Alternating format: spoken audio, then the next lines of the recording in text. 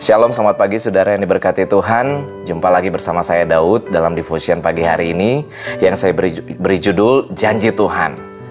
Saudara, kalau kita membaca dan merenungkan firman Tuhan, kita akan menemukan banyak sekali janji Tuhan di dalam Alkitab.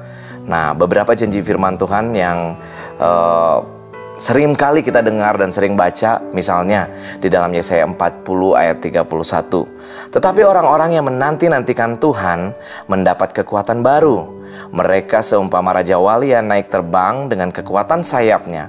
Mereka berlari dan tidak menjadi lesu. Mereka berjalan dan tidak menjadi lelah.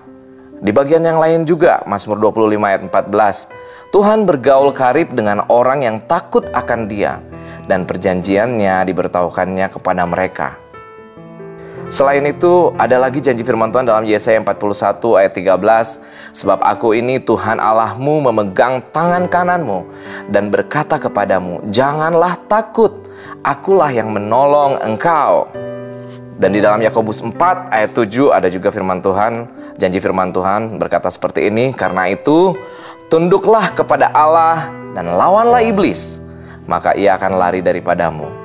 Berbagai janji firman Tuhan ini sering kali kita dengar, kita baca, dan sering kali juga menjadi sumber kekuatan dalam kehidupan kita.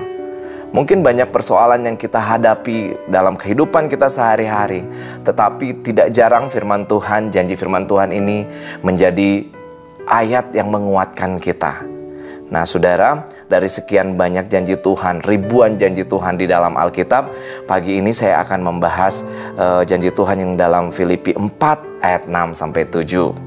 Ayat ini berkata, ayat 6, janganlah hendaknya kamu khawatir tentang apapun juga, tetapi nyatakanlah dalam segala hal keinginanmu kepada Allah dalam doa dan permohonan dengan ucapan syukur. Ayat 7, damai sejahtera Allah yang melampaui akal, segala akal, akan memelihara hati dan pikiranmu dalam Kristus Yesus. Saudara, kalau saya melihat Filipi 4 ayat 6-7 ini, saya melihat beberapa kata kunci di sini. Yang pertama itu, janganlah hendaknya kamu khawatir. Kata khawatir. Saudara, kalau melihat hari-hari belakangan ini, mungkin banyak di antara kita yang dilanda kecemasan, dilanda ketakutan, dilanda kekhawatiran. Nah, dalam Kamus Besar Bahasa Indonesia sendiri, kata khawatir itu berarti takut atau cemas terhadap sesuatu yang tidak pasti. Nah, mungkin saudara dan saya pernah mengalami hal ini. Kita khawatir, kita takut akan masa depan, kita cemas akan sesuatu yang belum terjadi.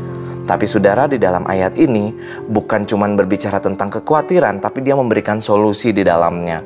Tetapi nyatakanlah dalam segala hal keinginanmu kepada Allah dalam doa dan permohonan dengan ucapan syukur. Jadi ketika kita khawatir, yang harus kita lakukan adalah berdoa dan mengucap syukur. Di ayat yang ke-7 dikatakan, maka damai sejahtera Allah yang melampaui segala akal akan memelihara hati dan pikiranmu dalam Kristus Yesus. Jadi ketika kita khawatir, firman Tuhan berkata, tetaplah berdoa dan tetaplah bersyukur. Ketika kita melakukan berdoa dan bersyukur, maka kita akan melihat bagaimana damai sejahtera Allah memenuhi hati dan pikiran kita. Nah, kita coba bahas satu persatu. Kata khawatir itu, dalam Kamus Besar Bahasa Indonesia dikatakan bahwa khawatir itu mirip dengan takut. Takut akan sesuatu yang belum terjadi. Nah, dalam Alkitab sendiri ada 365 kali dikatakan jangan takut.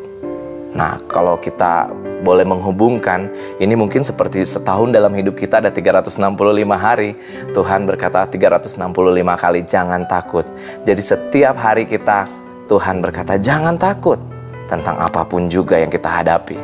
Nah, saudara, di dalam Matius 6 ayat 25, firman Tuhan berkata, karena itu aku berkata kepadamu, janganlah khawatir akan hidupmu, akan apa yang hendak kamu makan atau minum, dan janganlah khawatir pula akan tubuhmu, akan apa yang hendak kamu pakai.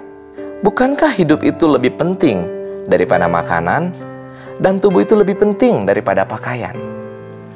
Ya, kita lihat di sini firman Tuhan juga dengan tegas mengatakan, jangan khawatir tentang hidup kita. Di dalam Matius 6 ayat 27, siapakah di antara kamu yang karena kekhawatirannya dapat menambahkan sehasta saja pada jalan hidupnya? Ya, jadi kekhawatiran kita tidak berdampak baik sebenarnya terhadap hidup kita. Nah, yang pertama tadi kita berbicara tentang kekhawatiran. Nah, ketika kita khawatir, yang kedua kita harus berdoa dan memohon kepada Tuhan. Nah, doa itu adalah hubungan kita dengan Tuhan. Doa itu adalah nafas kehidupan kita. Di dalam Matius 7 ayat 7, firman Tuhan berkata, mintalah, maka akan diberikan kepadamu. Carilah, maka kamu akan mendapat. Ketoklah, maka pintu akan dibukakan bagimu. Jadi ketika kita berdoa, Tuhan berjanji, ketika kamu meminta akan diberikan kepadamu. Ketika kamu mengetok, maka pintu akan dibukakan. Tidak ada yang mustahil bagi Tuhan. Mungkin doa kita belum terjawab, belum terkabul. Tapi saudara, di dalam Lukas 18 ayat 2-8 diceritakan juga mengenai seorang hakim yang tidak mengenal Tuhan. Ketika ada seorang janda yang datang kepada dia dan memohon kepada dia untuk belalah aku, belalah aku. Dan hakim ini awalnya nggak mau membela hak janda ini.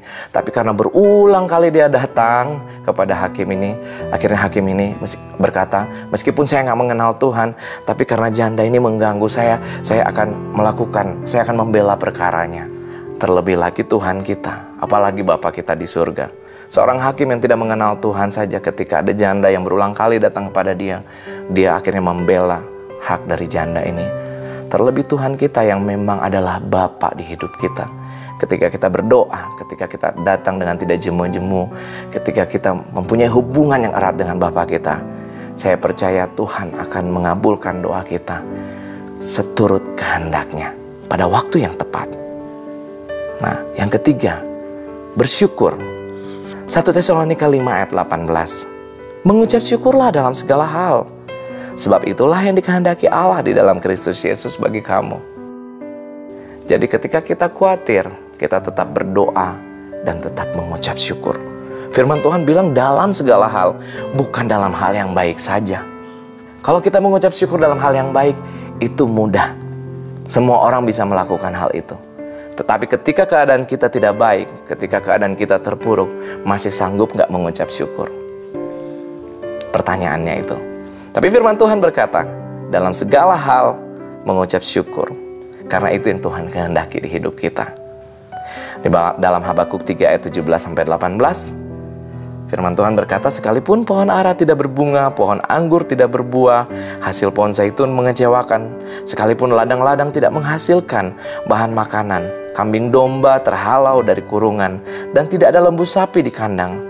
Ayat 18, namun aku akan bersorak-sorak di dalam Tuhan, beria-ria di dalam Allah yang menyelamatkan aku. Apapun keadaan yang kita alami, yang kita hadapi saat ini, ketika kita mengucap syukur dan tetap bersuka cita di hadapan Tuhan, itu akan mendatangkan kekuatan baru di hidup kita. Yang keempat, ketika ada kekhawatiran, kita tetap berdoa dan bersyukur, maka kita akan melihat hasilnya, yaitu damai sejahtera Allah. Damai sejahtera Allah itu akan memenuhi hati dan pikiran kita. Ya, di dalam Mazmur 62 ayat 2 dikatakan, hanya dekat Allah saja aku tenang, daripadanya lah keselamatanku. Apapun yang kau hadapi, tetaplah mencari Tuhan. Karena hanya dekat dengan Allah kita tenang. Hanya dekat dengan Allah, damai sejahtera itu ada di dalam hati dan pikiran kita. Amin. Mari kita satu dalam doa. Bapa, kami bersyukur buat firman-Mu pagi hari ini. Kami percaya itu akan menjadi kekuatan di dalam kehidupan kami. Hamba berdoa bagi setiap orang yang mendengar kebenaran firman-Mu ini Tuhan. Mereka boleh diberkati, boleh menerima kebenaran-Mu Tuhan. Boleh melihat kebaikan-Mu di dalam hidup mereka. Ketika kekhawatiran melanda Tuhan, kami tetap berdoa, kami tetap bersyukur, dan kami akan melihat damai sejahtera-Mu memenuhi hati dan pikiran kami. Haleluya. Amin. Demikian devotion pada pagi hari ini. Sampai berjumpa lagi di kesempatan selanjutnya. Tuhan memberkati.